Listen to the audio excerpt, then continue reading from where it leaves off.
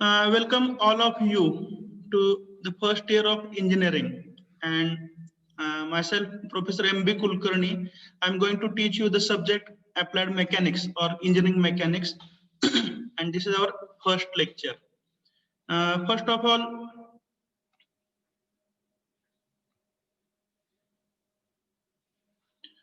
I welcome all of you for this what we can say historical event where we have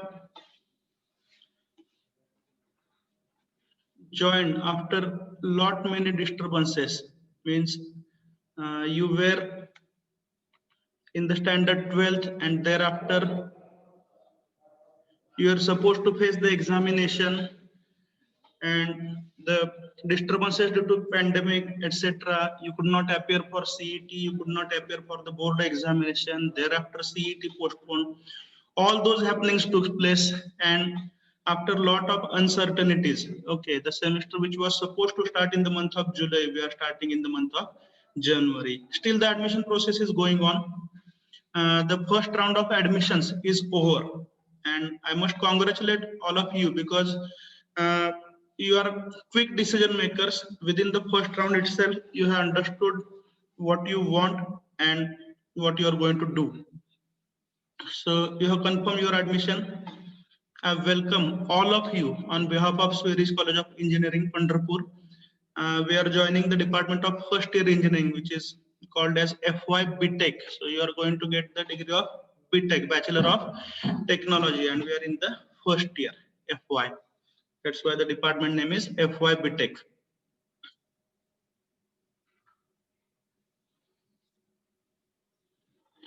As I said you, I am welcoming you back. I must tell you, normally we prefer to speak in English during the lectures, etc.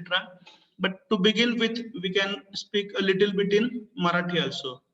Welcome back असं मी का म्हणलं बरं कारण आपल्याला एक खूप मोठ्या gap नंतर आपण पुन्हा एकदा टीचिंग लर्निंग प्रोसेस मध्ये आलेलो आहोत बरोबर आहे ज्यावेळी ऍडमिशन प्रोसेस चालू होती त्यावेळी बरेच लोक म्हणत होते की रिझल्ट जो आहे it is not as per our expectation because of the gap of 6 or 7 months we could not perform up to our expectation in CET etcetera okay.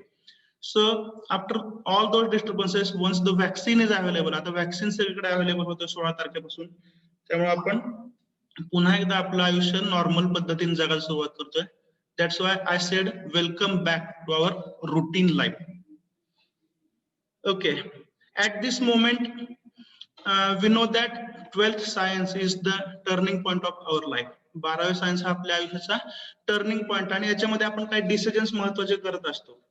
ठीक आहे म्हणजे फॉर एक्झाम्पल 12वी नंतर मला कोणत्या स्ट्रीम मध्ये ऍडमिशन घ्यायचं आहे म्हणजे मला मेडिकल लाईनला जायचं आहे फार्मसीला जायचं आहे एमबीबीएस वगैरे ठीक आहे इंजिनिअरिंग करायचं की आणखी काय करायचं हे डिसिजन आपण घेत असतो बरोबर आहे पण आणि बऱ्याच लोकांना to begin with I must tell you about my introduction I am in the field of teaching since 2003 पासून मी या क्षेत्रामध्ये आहे शिक्षणाच्या आणि बरीच वर्ष आम्ही पाहतो की विद्यार्थी 12वी सायन्स नंतर ज्यावेळी ऍडमिशन घेतात त्यावेळी एक मेजॉरिटी लोक जे आहेत ते खूप उत्साहामध्ये असतात कारण त्यांना त्यांच्या आयुष्याचा निर्णय त्यांनी योग्य घेतलेला असतो आणि त्यासाठी बाबत ते एक्साइटेड असतात चांगलं परफॉर्मन्स देण्यासाठी तयार असतात पण एक ठराविक लोक असे असतात की ज्यांना थोडंसं वाटत असतं की मी बाबा एमबीबीएस ला ट्राय करत होतो नीट साठी ट्राय करत होतो किंवा अजून काय ट्राय करत होतो आणि मग ह्या क्षेत्रात मला थोडंसं मे बी कम्फर्टेबल वाटेल नाही वाटेल असं थोडंसं शंका ज्याला आपण ऍप्रिहेन्शन म्हणतो असं असतं ठीक आहे that's why I have written on this slide decisions and actions do remember any decision neither it is good nor it is bad आयुष्यातला कुठलाही निर्णय जो असतो आपण घेतो हा चांगला पण नसतो वाईट पण नसतो किंवा चुकीचा पण नसतो बरोबर पण नसतो तर तो निर्णय बरोबर आहे किंवा नाही हे आपलं काय ठरवतं आवर ऍक्शन्स आपण जे काम करतो ते ठरवतं की आपला निर्णय बरोबर आहे किंवा नाही therefore I told you the importance of decision okay I must tell you when all the people majority of the people are worried about second round and allotment and all those things okay most of you have taken a firm decision within the first round itself त्यामुळे तुम्ही quick decision घेताय याबद्दल तुमचं अभिनंदन. पहिलंच lecture आहे त्यामुळे आपण थोडंसं इंजिनिअरिंग म्हणजे काय याच्याविषयी बोलणार आहोत. ठीक आहे, त्याच्यानंतर आपण कुठल्या कुठल्या गोष्टी करणं अपेक्षित आहे याची पण आपण चर्चा करणार आहे. ओके.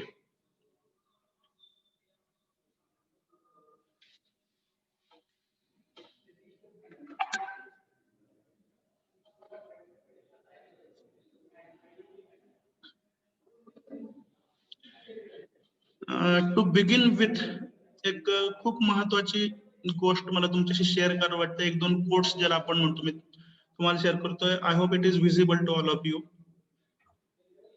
तर याच्यामध्ये आपण एकच गोष्ट आयुष्यात लक्ष घेतली पाहिजे. The only thing permanent in this life is that everything is temporary. म्हणजे बघा, आयुष्यामध्ये प्रत्येक गोष्टी बदल होत राहतात, बरोबर आहे. साधारण एक वर्षभरापूर्वी जर आपण विचार केला तर आपण खूप वेगळ्या वेगळ्या गोष्टी प्लॅन केलेल्या होत्या, बरोबर आहे. आणि सडनली मार्च महिन्यामध्ये त्याच्यामध्ये डिस्टर्बन्स आला, ठीक आहे.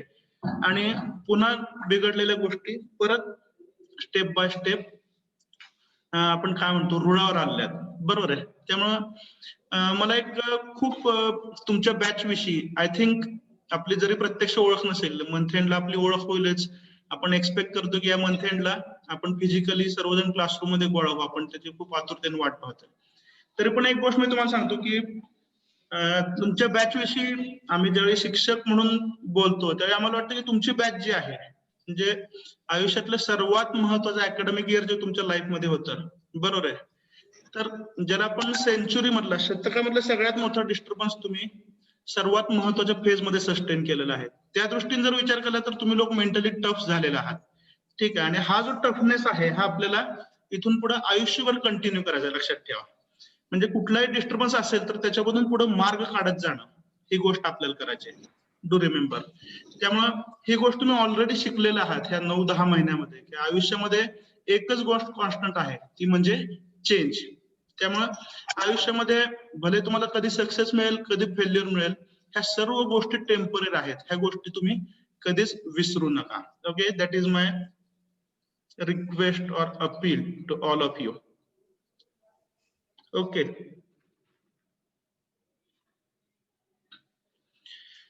Now let us come back to the point, कारण चर्चा मार्गदर्शन ह्या गोष्टी कायमच चालू राहणार आहेत. What we are going to do here. इंजिनिअरिंगला आपण ऍडमिशन घेतलेलं आहे आणि आता आपण काय करणं अपेक्षित आहे, ठीक आहे.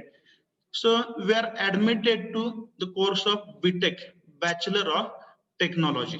Okay, this is a course of 4 years. 4 वर्षांचा हा कोर्स आहे, ज्याच्यापैकी पहिलं वर्ष FY बीटेक आपण म्हणतो, ठीक आहे. Now each academic year consist of 2 semesters. आतापर्यंत आपल्याला अॅन्युअल पॅटर्नची सवय लागलेली आहे, म्हणजे जो फायनल एक्झामिनेशन मध्ये ज्याला आपण सोप्या भाषेत वार्षिक परीक्षा म्हणतो, ठीक आहे. तर वार्षिक परीक्षेचा रिझल्ट जो आहे तो आपण फायनल समजतो, बरोबर आहे. त्याच्या पूर्वीच्या ज्या एक्झाम असतात त्याचा रिझल्ट फारसा महत्वाचा नसतो.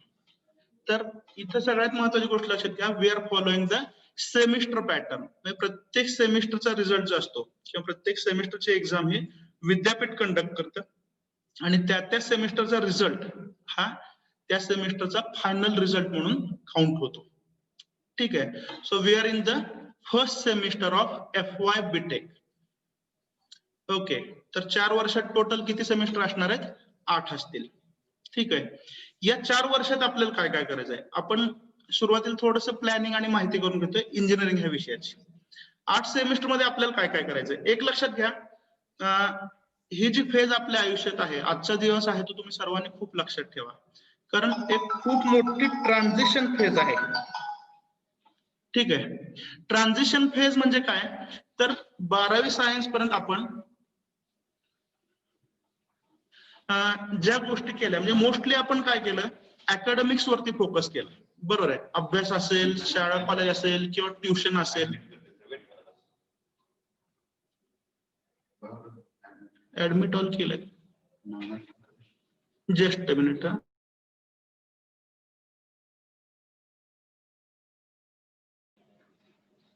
Okay, shall I continue? Hello,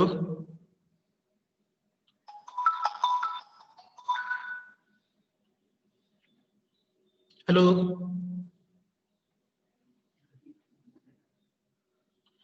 We are admitting some of the students who are in the waiting room. Please wait for 1 minute.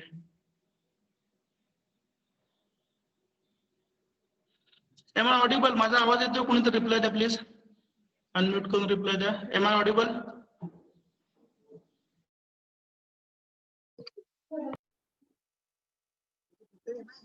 Hello. Am I audible? आवाज ऐकू येते? Okay okay. थोडंसं कसं नेटवर्क डिस्कनेक्ट होते मधूनच, त्यामुळे इन प्रोसेस ज्यावेळी आपण ऍडमिट करतो इतर लोकांना त्यावेळी थोडंसं प्रॉब्लेम येत आहे. ठीक आहे, स्टेप बाय स्टेप आपण सगळं ऍडजस्ट करूया. I hope everyone is admitted now. Okay, and we continue back to our discussion.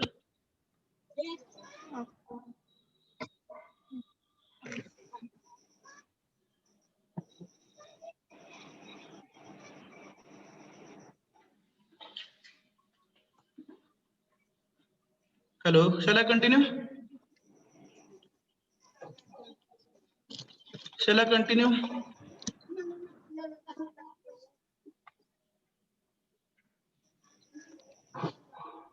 Yes, sir. Okay. बघा, पुन्हा एकदा बरेचसे लोक आता पुन्हा एकदा ऍडमिट झालेले आहेत नवीन, त्यामुळे आपण आता थोडंसं त्यासाठी मला रिपीट करावं लागेल.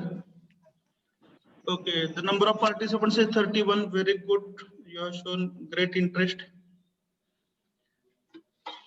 इंजिनिअरिंग मध्ये बघा 4 वर्ष आहेत आपल्याला, टोटल 4 वर्ष आहेत, त्याच्यामध्ये 8 सेमिस्टर आहेत. बरोबर, हे मी तुम्हाला सांगितलं. प्रत्येक सेमिस्टरचा रिझल्ट जो असतो हा त्या सेमिस्टरच्या दृष्टीनं ती फायनल एक्झाम असते आणि तो रिझल्ट काउंट होतो. म्हणजे फर्स्ट सेमिस्टरला जो काय रिझल्ट आपला आहे, म्हणजे 80%, 85% किंवा एखादं, प्लीज म्यूट करा.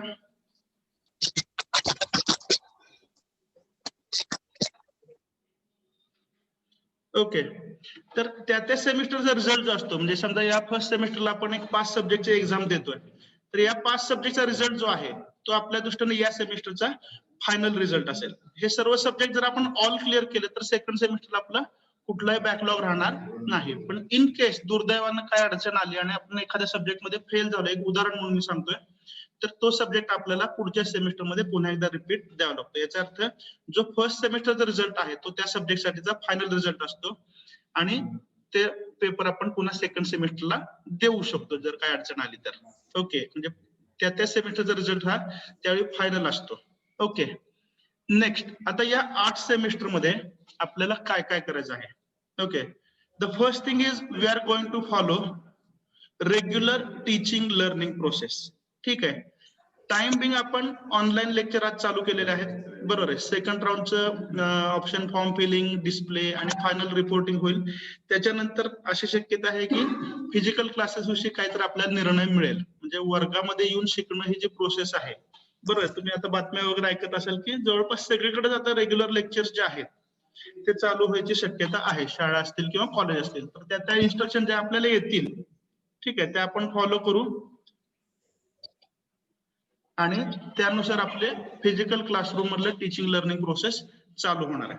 ठीक आहे, तर ही झाली पहिली ऍक्टिव्हिटी. इंजिनिअरिंग मध्ये आपल्याला काय काय करायचं आहे याची यादी मी तुम्हाला सांगतोय. तर पहिली गोष्ट आहे, we have to follow the regular teaching learning process. Lectures असतील, लेक्चर मध्ये आपल्याला शिकवलं जाईल, बरोबर, नेहमीप्रमाणे इंटरॅक्शन होतील, शिकवताना जे काही डाऊट्स असतील ते आपल्याला विचारायचे आहेत. ठीक आहे, ह्या सर्व गोष्टी रुटीन झाल्या. त्याच्यानंतर टेस्ट कुठल्या प्रकारचे असतात, बरोबर आहे. एज्युकेशन सिस्टीम मीन्स त्याचा एक इनहरंट पार्ट कुठला आहे, एक्झामिनेशन हा पार्ट आहे, बरोबर आहे. तर एक्झामिनेशन हे साधारण आपल्याला 3 प्रकारचे द्यायचे. मी फर्स्ट इयर विषयी तुम्हाला सांगतोय.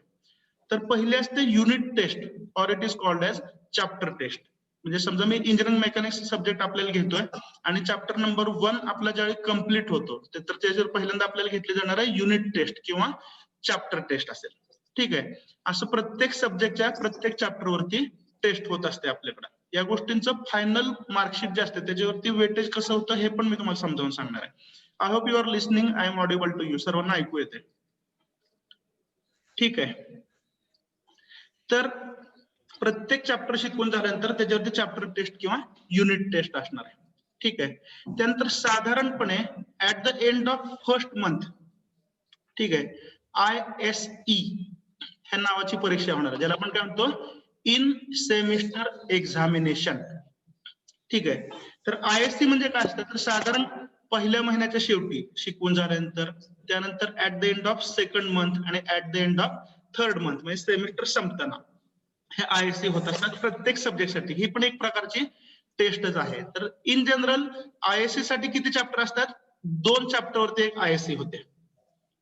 ठीक आहे. म्हणजे बघा, महिन्यातून 2 वेळा 15 दिवसातून एकदा ज्याला तुम्ही म्हणू शकता, हे असते आपले युनिट टेस्ट. सर्वसाधारणपणे सांगतोय, एक चॅप्टर संपल्यानंतर at the end of month कुठली टेस्ट असणार आहे? ISC असणार आहे, इन सेमिस्टर एक्झामिनेशन. बरोबर, ज्याला आपण घटक चाचणी म्हणू शकता साध्या भाषेत. ठीक आहे. ISC किती असतात टोटल? 3 ISC. बरोबर आहे, at the end of first month, second month and third month. ठीक आहे. मग साधारण 3-3.25 महिन्यामध्ये साधारण 100-105 दिवसाची आपली सेमिस्टर राहते, फर्स्ट सेमिस्टर. ही सेमिस्टर संपल्यानंतर मग आपलं जे काही रेग्युलर वर्क आहे, जर्नल्स असतील किंवा इतर जे काही रायटअप आहेत, असाइनमेंट्स, ह्या सगळ्या गोष्टी आपण सबमिट करतो शिक्षकांकडे. ते जे टर्म वर्क वगैरे असतं ते आपण सगळं सबमिट करतो आणि त्याच्यानंतर युनिव्हर्सिटी आपले एक्झामिनेशन कंडक्ट करते, विद्यापीठाची परीक्षा, ज्याला आपण फर्स्ट सेमिस्टर एक्झामिनेशन म्हणतो. ठीक आहे. तर त्याला नाव दिलेलं आहे ESE, एंड सेमिस्टर एक्झामिनेशन. सगळे शब्द तुम्हाला सुरुवातीला नवीन वाटणार आहेत, हळूहळू जशी आपल्याला ऐकायची सवय होईल तसं ते रुटीन वाटेल. ओके. तर मग ह्या 3 प्रकारच्या परीक्षा झाल्या. कुठल्या कुठल्या झाल्या? युनिट टेस्ट म्हणजे चॅप्टर वाईज टेस्ट, त्यानंतर ISC ज्याला आपण काय म्हणतो, मंथली टेस्ट म्हणा सोप्या भाषेत, आणि ESC म्हणजे काय, युनिव्हर्सिटी एक्झामिनेशन. तर फर्स्ट इयरच्या विद्यार्थ्यांसाठी एवढ्या 3च परीक्षा असणार आहेत सब्जेक्ट वाईज. ठीक आहे. त्याच्यानंतर ज्यावेळी तुम्ही हायर क्लासेसला जाता, आपण आता ओव्हरऑल इंजिनिअरिंगचा विचार करतोय, बरोबर आहे का? तर हायर क्लासेसला गेल्यानंतर काय असतं, आपल्याला ठराविक सब्जेक्टसाठी प्रॅक्टिकल एक्झामिनेशन किंवा ओरल एक्झामिनेशन असतात. बरोबर आहे. तुम्ही आता 12वी सायन्सला वगैरे प्रॅक्टिकल एक्झामिनेशन दिले असतील, फिजिक्स, केमिस्ट्रीचे वगैरे, बरोबर आहे. तसं इंजिनिअरिंगचे जे वेगवेगळे सब्जेक्ट्स आहेत, त्यांना काही सब्जेक्टला ज्याच्यामध्ये एक्सपेरिमेंट्स परफॉर्म करायचे असतात, त्यांना प्रॅक्टिकल एक्झामिनेशन असते, किंवा काही सब्जेक्टला ओरल एक्झामिनेशन असते, ज्याच्यामध्ये एक्सटर्नल एक्झामिनर येतात आणि आपली परीक्षा घेतात. तर हे ज्याला आपण POE म्हणतो, प्रॅक्टिकल ओरल एक्झामिनेशन, तर ह्या फर्स्ट इयर मध्ये आपल्याला द्यायच्या नाहीत. पण काय असतं हे आपल्याला माहिती म्हणून मी सांगतोय. ठीक आहे. त्याच्यानंतर फायनल इयरचे विद्यार्थी ज्यावेळी इंजिनिअरिंगचे असतात, शेवटच्या वर्षाचे, 4थ्या वर्षाचे विद्यार्थी, ठीक आहे, तर ह्यांनी काय करणं अपेक्षित आहे, म्हणजे आपण इंजिनिअरिंगचा प्रवास बघतोय. ठीक आहे. 6 सेमिस्टर समजा झाल्याने आपण फायनल इयरला गेलो, तर 7व्या सेमिस्टर म्हणजे फायनल इयरच्या पहिल्या सेमिस्टरला एक प्रोजेक्ट सुरू करावा लागतो आपल्याला, ज्याच्यामध्ये आपण जे काय शिकलेलं आहे त्याचं execution in the form of project आपल्याला दाखवायचं असतं. ठीक आहे. आणि फायनल इयर मध्येच विद्यार्थी कशा कशाची तयारी करतात तो, तर विद्यार्थी आयदर प्लेसमेंटची तयारी करतात, किंवा गेट एक्झामिनेशनची तयारी करतात, किंवा इतर एक्झामिनेशनची तयारी करतात. ठीक आहे. आता हे शब्द आपल्याला माहिती असतील. प्लेसमेंट हा शब्द मला वाटतं सर्वांनाच माहिती असेल, बरोबर आहे. What is the meaning of placement? तर प्लेसमेंट याचा अर्थ असतो असा असतो की जे काही रेप्युटेड कॉलेजेस आहेत, ठीक आहे, त्यांच्यामधले विद्यार्थ्यांचं ओव्हरऑल परफॉर्मन्स वगैरे ह्या गोष्टींची माहिती असते, बरोबर आहे, कंपन्यांना. आणि मग अशा चांगल्या कॉलेजेसमध्ये कंपन्या ह्या प्लेसमेंट ड्राईव्ह साठी व्हिजिट करतात, बरोबर आहे, आणि तिथल्या विद्यार्थ्यांचे ते एक्झामिनेशन घेतात. ते एक्झामिनेशन रिटर्न असू शकते, किंवा in the form of group discussion असू शकते, इंटरव्ह्यू असू शकतात, बरोबर आहे का. आणि त्याच्यानंतर मग विद्यार्थ्यांना जॉब मिळतात. ठीक आहे. हे झालं पहिलं ऑप्शन आपल्यासमोर. गेट म्हणजे काय असतं, तर तुम्ही पोस्ट ग्रॅज्युएशनचं ते, बरोबर आहे का, जर तुम्हाला शिकायचं असेल एमटेक वगैरे, ठीक आहे, तर त्याच्यासाठी एक एंट्रन्स एक्झामिनेशन असते, ज्याला आपण म्हणतो गेट म्हणतो. ठीक आहे. आणि इतर कॉम्पिटेटिव्ह एक्झाम्स असतात, म्हणजे जो कुठलाही ग्रॅज्युएट व्यक्ती देऊ शकतो, ज्याला आपण MPSC UPSC म्हणतो, बरोबर आहे, ते होऊ शकतं. म्हणजे 4थ्या वर्षाच्या शेवटी ह्या 3 गोष्टी नॉर्मली होतात. ठीक आहे. आता प्रश्न असा आहे की 4 वर्ष आणि 8 सेमिस्टर ज्यावेळी आपण कंटिन्युअसली वर्क करतो, ठीक आहे, तर त्यावेळी आपल्या हातात काय असेल, शेवटची लाईन पहा, बीटेकची डिग्री असेल, बरोबर आहे, प्लस क्वेश्चन मार्क. म्हणजे 2021 मध्ये आपण सुरुवात करतोय, बरोबर आहे. इथून पुढे 4 वर्षांनी आपल्या हातात काय असणार आहे हे कोण ठरवेल हो? तर 4 वर्षातलं आपलं काम ठरवेल. लक्षात येतंय? हो. तर ही गोष्ट पहिल्यांदा लक्षात ठेवा. आज पहिल्या दिवशी पहिल्या लेक्चर मध्ये मी काय सांगतो ते बाळांनो शांतपणे ऐकून घ्या. जर थोडासा डिस्टर्बन्स येत असेल तर शांतपणे थोडंसं आयसोलेशन मध्ये राहा. मी काय सांगतो ते ऐका. कारण आपण म्हणतो की well begun is half done. जर तुम्ही सुरुवात चांगली केली तर पुढचा मार्ग आपल्याला चांगला दिसतो आणि एंड रिझल्ट पण आपल्याला चांगले मिळतात. त्यामुळे आज पहिल्या लेक्चर मध्ये आपण सगळ्यांनी एक प्रतिज्ञा करूया की 4 वर्षानंतर इथून बाहेर पडताना कॉलेजमधून माझ्या हातामध्ये बीटेकच्या डिग्री सोडून अजून काहीतरी एक चांगली अचिव्हमेंट असली पाहिजे. ठीक आहे.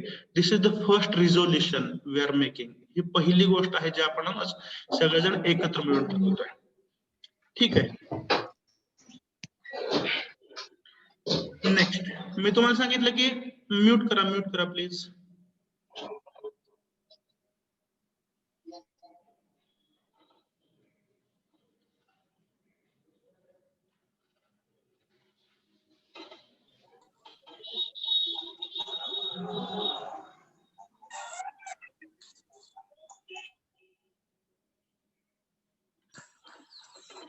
So at the end of 4 years, okay, what are the future options for us? The first option is getting job in a good industry, which is called as placement. This is the first option. I hope most of us are from middle class families. So most of us are seeking the job. आपल्यापैकी बऱ्याच लोकांना job final इयरचं शिक्षण झाल्यानंतर ही आपली अपेक्षा असेल, चांगल्या पगाराचा जॉब. बरोबर आहे. सेकंड, काही लोकांची अशी इच्छा असेल की मे बी डिग्री झाल्यानंतर म्हणजे बीटेकची डिग्री मिळाल्यानंतर मला फर्दर एज्युकेशन मला पुढे शिकायचं आहे. बरोबर आहे. तर पुढचं शिक्षण आपलं काय असू शकतं? मे बी एमटेक असू शकतं. बरोबर आहे. किंवा MBA असू शकतं किंवा अब्रॉड जाऊन आपण मास्टर ऑफ सायन्स MS हे सुद्धा करू शकतो भारताच्या बाहेर जाऊन. ठीक आहे. किंवा काही लोकांचं टार्गेट असू शकतं की MPSC, UPSC, Indian engineering services किंवा कुठले जे गव्हर्नमेंट अंडरटेकिंग आहेत म्हणजे आपण सरकारी कंपन्या म्हणतो त्याच्यामध्ये जॉब करायचा असेल कॉम्पिटेटिव्ह एक्झाम देऊन. ठीक आहे. आणि एक खूप ठराविक लोक असतील ज्यांना आता शिक्षण घेण्यापूर्वीच डोक्यात असेल की नाही बाबा काहीतरी मी जे इंजिनिअरिंगचं शिक्षण घेत आहे बरोबर याच्यामधनं मला माझा स्वतःचा व्यवसाय चालू करायचा आहे असं सुद्धा काही लोकांच्या डोक्यात असू शकतं. तर ह्या गोष्टी जे हे आपले जे टार्गेट्स आहेत बरोबर आहे हे आज डिसाईड होऊ शकत नाहीत. ठीक आहे. पण ऍटलिस्ट आपण त्या दिशेनं विचार करू शकतो. ठीक आहे. जसं जसं आपलं शिक्षण पुढे जाईल तसं तसं आपल्याला ह्या गोष्टी लक्षात येतील. त्यानंतर नॉर्मली मी तुम्हाला सांगितलं की हे आपलं इंट्रोडक्टरी लेक्चर आहे. बरोबर आहे. बऱ्याच वेळेला एक चर्चा आपल्या सर्वांमध्ये असते की बाबा माझी ब्रांच आणि माझी युनिव्हर्सिटी. बरोबर आहे. सर्वजण ऐकताना प्लीज रिप्लाय अधूनमधून थोडंसं रिप्लाय द्या. Are you listening? Yes, sir. Yes. Yes, sir. Yes, sir. Okay, thank you. Yes, sir. Yes, sir. एक खूप महत्वाचा प्रश्न मी चर्चेला घेतो. I hope you are listening seriously. एक खूप महत्वाचा प्रश्न असतो ज्याच्यामध्ये पालक आणि विद्यार्थी ठीक आहे एक प्रश्न विचारतात की इन जनरल की मला अमकं अमकं कॉलेज मिळालंय, मला अमकं अमकी ब्रांच मिळाली आहे. बरोबर आहे. मी अमक्या अमक्या युनिव्हर्सिटी शिकतोय. तर माझं करिअर कसं असेल? बरोबर आहे. तर याचं साधं आणि सोपं उत्तर आहे की डिग्री जी असते ते 4 वर्षात मिळते. बरोबर आहे. आणि परफॉर्मन्स हा आयुष्यभर दाखवावा लागतो. मी काय बोलतो लक्षात येतं तुमच्या? त्यामुळे लक्षात घ्या ज्याला आपण स्कोप आहे किंवा नाही हा जो एक सर्वसामान्य आपण बोलीभाषेत प्रश्न विचारतो तर याचं साधं सोपं उत्तर आहे स्कोप जो आहे ठीक आहे स्कोप हा व्यक्तीला असतो. लक्षात येतंय का? म्हणजे आपण समजा एक साधं उदाहरण देतो कारण आपण इंजिनिअरिंगचे सर्व ब्रांचेस जे आहेत मी सर्व ब्रांचेस एकसारख्या मानतो. ठीक आहे. त्यामुळे आपण थोडंसं बाहेरचं उदाहरण घेऊया. ठीक आहे. थोडंसं इंटरॅक्शन करा. मी एखादा प्रश्न विचारला तर तुम्ही अनम्यूट करून तेवढ्या पुरतं उत्तर द्या परत म्यूट करा. ठीक आहे. आज मला सांगा 12वी सायन्स नंतर ऐकताना सर हॅलो 12वी सायन्स नंतर थोडंसं म्यूट करा. Let me ask the question. हा क्वेश्चन आहे का? 12वी सायन्स नंतर तुम्हाला माहिती असलेला सर्वात अवघड शिक्षण किंवा सर्वात अवघड टास्क कुठला सांगा, जो 12वी सायन्स नंतर आपण करू शकतो. तर याचं उत्तर आहे नीटची एक्झाम देणं. बरोबर आहे का? हॅलो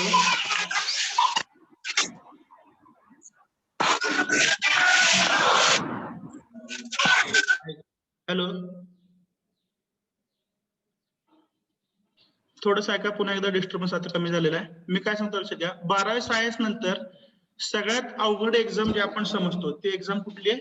नीटची एक्झाम, ज्याच्यानंतर आपण MBBS करू शकतो. बरोबर आहे. तर आज तागायत आपल्याला माहिती असलेली सर्वात अवघड एक्झाम नीटची आहे. बरोबर आहे. मी उदाहरण काय देतो लक्षात घ्या. ठीक आहे. समजा एखादा विद्यार्थी अतिशय जिनियस आहे, त्यानं नीटची एक्झाम क्रॅक केली, बरोबर आहे. नंतर तो MBBS झाला समजा, ठीक आहे. तर अजून त्याने म्यूट करा, 1-2 मिनिटं म्यूट करा, नंतर मी क्वेश्चन विचारतो. ओके, सध्या म्यूट ठेवा सर्वांनी. मग तुम्ही इमॅजिन करा, एक आयडियल केस मी तुम्हाला सांगतोय. ठीक आहे. एक अतिशय जिनियस विद्यार्थी आहे, त्यानं नीटची एक्झाम क्रॅक केली, 600 वगैरे, 550, 550 काहीतरी मार्क मिळाले, MBBS ला गेला. बरोबर, घरची परिस्थिती खूप चांगली आहे गृहीत धरा, शिक्षण व्यवस्थितरित्या पार केलं, तिथं पण चांगले मार्क मिळाले, MBBS झाला गृहीत धरा. ठीक आहे. त्याच्यानंतर समजा अजून काहीतरी जबरदस्त अभ्यास केला, त्याच्यानंतर समजा तो MD झाला. ठीक आहे. आणि घरच्यांनी समजा खूप काहीतरी त्याला भांडवल दिलं आणि त्याने स्वतःचा दवाखाना टाकला. सिच्युएशन लक्षात आली आहे. आणि आता गृहीत धरा की तो MD डॉक्टर होऊन त्यानं दवाखाना स्वतःचा एस्टॅब्लिश केलेला आहे. ठीक आहे. आता मला सांगा, सगळ्यात चांगलं शिक्षण MBBS MD जे काय लोक समजतात ते समजा घेतलंय, पैसा भरपूर आहे, माणूस हुशार आहे. ठीक आहे. आता जर डॉक्टर म्हणून त्याच्या हाताला गुण नसेल किंवा त्याचं निदान जर व्यवस्थित नसेल तर दवाखाना चालणार नाही. Yes or no? लक्षात येतं का मी सांगतोय? नो. एवढं सगळं करून MD डॉक्टरच्या हाताला No. गुण नसेल तर दवाखाना चालणार नाही. आणि त्याच्या जवळ एखादा समजा BMS डॉक्टर शेजारीच असेल समोर आणि त्याच्या जर हाताला गुण असेल तर त्याचा दवाखाना चांगला चालणार आहे. बरोबर आहे. तर त्या एका जे रिअल लाईफ मध्ये आपण एक्झाम्पल बघतो त्या उदाहरणावर लक्षात घ्या, स्कोप हा फक्त डिग्रीला किंवा ब्रांचला नाहीये, तर स्कोप हा कोणाला आहे? व्यक्तीला आहे. त्यामुळं हे जे मी तुम्हाला स्ट्रक्चर सांगितलं 4 वर्षांचं, बरोबर आहे, तर या 4 वर्षामध्ये तुम्ही जेवढं स्वतःची डेव्हलपमेंट करणार आहात, लक्षात येते, तुम्ही जेवढं स्वतःला डेव्हलप करणार आहात तेवढं तुमचा स्कोप वाढणार आहे. लक्षात येते. त्यामुळं माझी सर्वांना अशी रिक्वेस्ट आहे की या 4 वर्षामध्ये मी तुम्हाला सांगतो, ह्या सर्व गोष्टी जर करायच्या म्हटल्या, म्हणजे आज ज्याला आपण म्हणतो इंटरनेट किंवा ह्या सर्व गोष्टी, याच्यामुळे बुक्स असतील, बरोबर आहे, जगामध्ये एवढं नॉलेज आहे आणि एवढ्या डेव्हलपमेंटच्या ऑपॉर्च्युनिटी आहेत की खरोखर जर तुम्ही ह्या सर्व गोष्टी आत्मसात करायचा प्रयत्न केला प्रामाणिकपणे तर कदाचित दिवसाचे 24 तास पण कमी पडतात. एवढं जगामध्ये डेव्हलपमेंटच्या ऑपॉर्च्युनिटी आहेत बाळांनो. लक्षात येते. त्यामुळं आज मी तुम्हाला सांगतोय की गेल्या मार्च महिन्यापासून जो काय आपल्या अंगामध्ये आळस आलेला आहे, सुस्ती आलेली आहे किंवा थोडंसं आपण आउट ऑफ द ट्रॅक झाल्यासारखं वाटतंय, आउट ऑफ द फॉर्म झाल्यासारखं वाटतंय, ह्या सर्व गोष्टी तुम्ही आजच्या आज विसरून जायच्यात. ठीक आहे. आणि ऍज इफ आपण वर्गात येऊन बसलोय, आपलं कॉलेज सुरू झालंय, या दृष्टीनं तुम्ही ऍक्टिव्ह व्हायचंय. आतापर्यंत इतर गोष्टी ज्याच्यामध्ये आपला थोडासा वेळ वाया जात होता, ज्याच्यामध्ये मग मे बी मोबाईल असेल, टीव्ही असेल किंवा फ्रेंड सर्कल मध्ये आपला वेळ जो इतके दिवस जात होता, बरोबर आहे, ह्या गोष्टींवरती थोडंसं टप्प्याटप्प्यात नियंत्रण आणायचंय. लक्षात येते. आणि सलग 4 वर्ष ज्यावेळी आपण एक योग्य दिशेनं प्रवास करू प्रामाणिकपणे. कारण लक्षात घ्या, ज्यावेळी तुम्ही ऍडमिशन घेताय, मी काय सांगतो नीट ऐका, ठीक आहे, तर ज्यावेळी तुम्ही ऍडमिशन घेताय त्यावेळी तुम्ही एकटं इथं ऍडमिशन घेत नाही, लक्षात घ्या. ठीक आहे. तुमच्या बरोबर कॉलेजमध्ये कोण कोण येतंय, तर कॉलेजमध्ये तुमच्या बरोबर आलेले आहेत तुमच्या पालकांच्या अपेक्षा आलेल्या आहेत, बरोबर आहे. त्यामुळं तुम्ही इररिस्पॉन्सिबली बिहेव करू शकत नाही. तुम्ही इथे येताय ऍडमिशन घेऊन म्हणजे एक करिअर बिल्ड करण्यासाठी येताय, समाजामध्ये स्वतःचं काहीतरी नाव मिळवायसाठी येताय, बरोबर आहे का? आणि सगळ्यात महत्वाची गोष्ट तुमच्या पालकांची मान उंचावण्यासाठी येत आहे की माझा मुलगा किंवा माझी मुलगी इंजिनियर झाली, ठीक आहे, आणि 4 वर्षानंतर बाबा एक चांगलं प्लेसमेंट घेऊन, ठीक आहे, तिने नाव कमवलं, चांगला जॉब मिळवला, बरोबर आहे.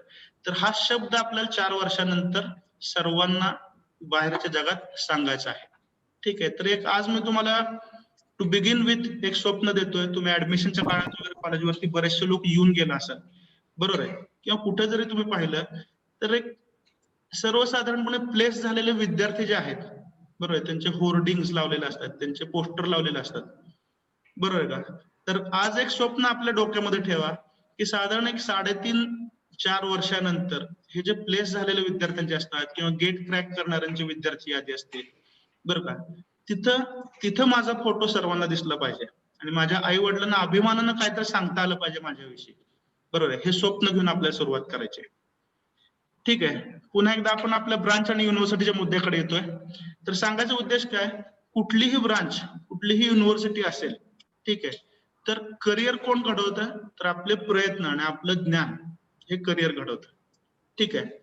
त्यानंतर महत्वाची गोष्ट म्हणजे काय, तर आपण जी डिग्री घेतो ती बीटेकची डिग्री घेतो. पूर्वीची डिग्री होती ती बीई होती, बॅचलर ऑफ इंजिनिअरिंगची डिग्री होती, बरोबर आहे. आता बीटेकची डिग्री म्हणजे काय, बॅचलर ऑफ टेक्नॉलॉजी. याचा अर्थ आता याच वर्षी आपला फर्स्ट इयरचा सिलेबस रिवाइज झालेला आहे. म्हणजेच काय, तर इंडस्ट्रीचे जे लेटेस्ट रिक्वायरमेंट आहेत त्याच्यानुसार ज्या ज्या विद्यापीठ किंवा जे जे कॉलेजेस सिलेबस अपडेट करतात, ठीक आहे, तर तिथं बीटेक ही डिग्री दिली जाते. याचा अर्थ काय, आपला जो सिलेबस आहे हा ऍज पर इंडस्ट्री रिक्वायरमेंट्स हा अपडेट झालेला आहे, ठीक आहे. त्यानंतर महत्वाची एक शंका सर्वांना असते की what about the placements in IT industries, ठीक आहे. तर आयटी इंडस्ट्रीचं प्लेसमेंट म्हणजे काय,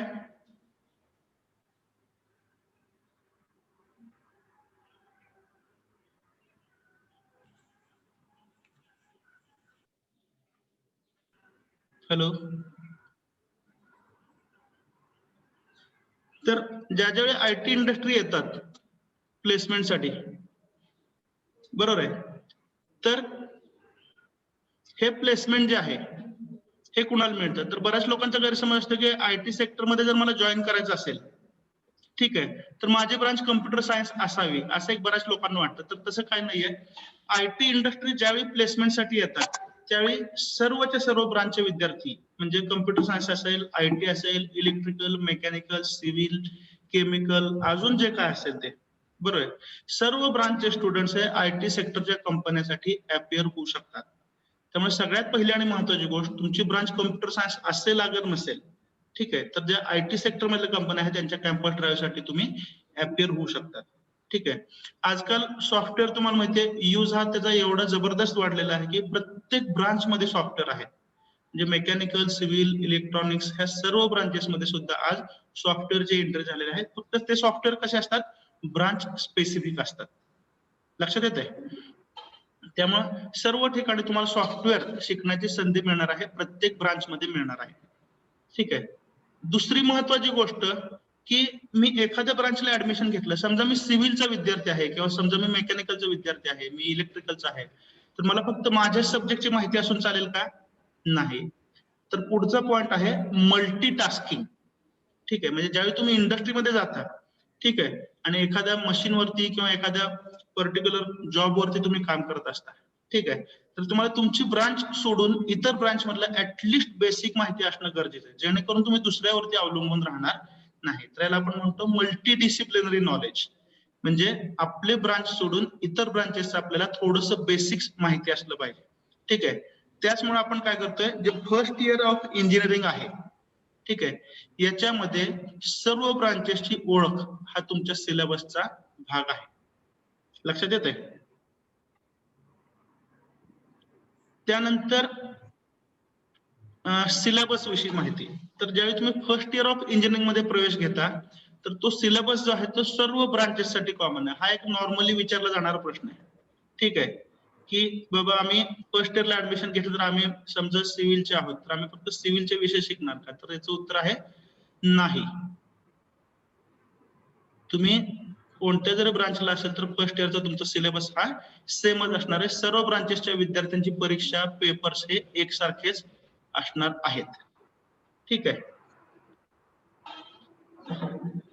नेक्स्ट, आता हे जी पुढची स्लाइड आहे याच्यावरती आपण बरीच चर्चा करू शकतो. ठीक आहे, पण थोडस मी तुम्हाला एकदम शॉर्ट मध्ये ओव्हरव्ह्यू सांगतोय की ऍज अन इंजिनियर 4 वर्ष शिकल्यानंतर आपल्या अंगामध्ये कोणकोणती स्किल अपेक्षित आहेत.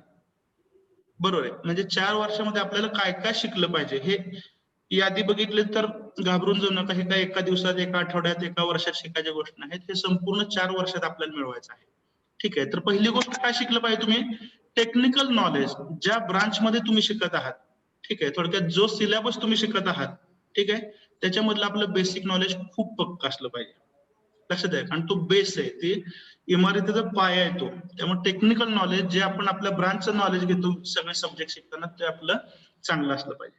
ठीक आहे, त्यानंतर दुसरी महत्वाची गोष्ट काय हो, तर जे आपण पुस्तकामध्ये शिकतो, बरोबर आहे, तो सिलेबस एक 5 वर्ष कॉन्स्टंट राहणार आहे. पण इंडस्ट्री मधल्या डेव्हलपमेंट, बरोबर आहे, ह्या रोजच्या रोज बदलत असतात, अपडेट होत असतात.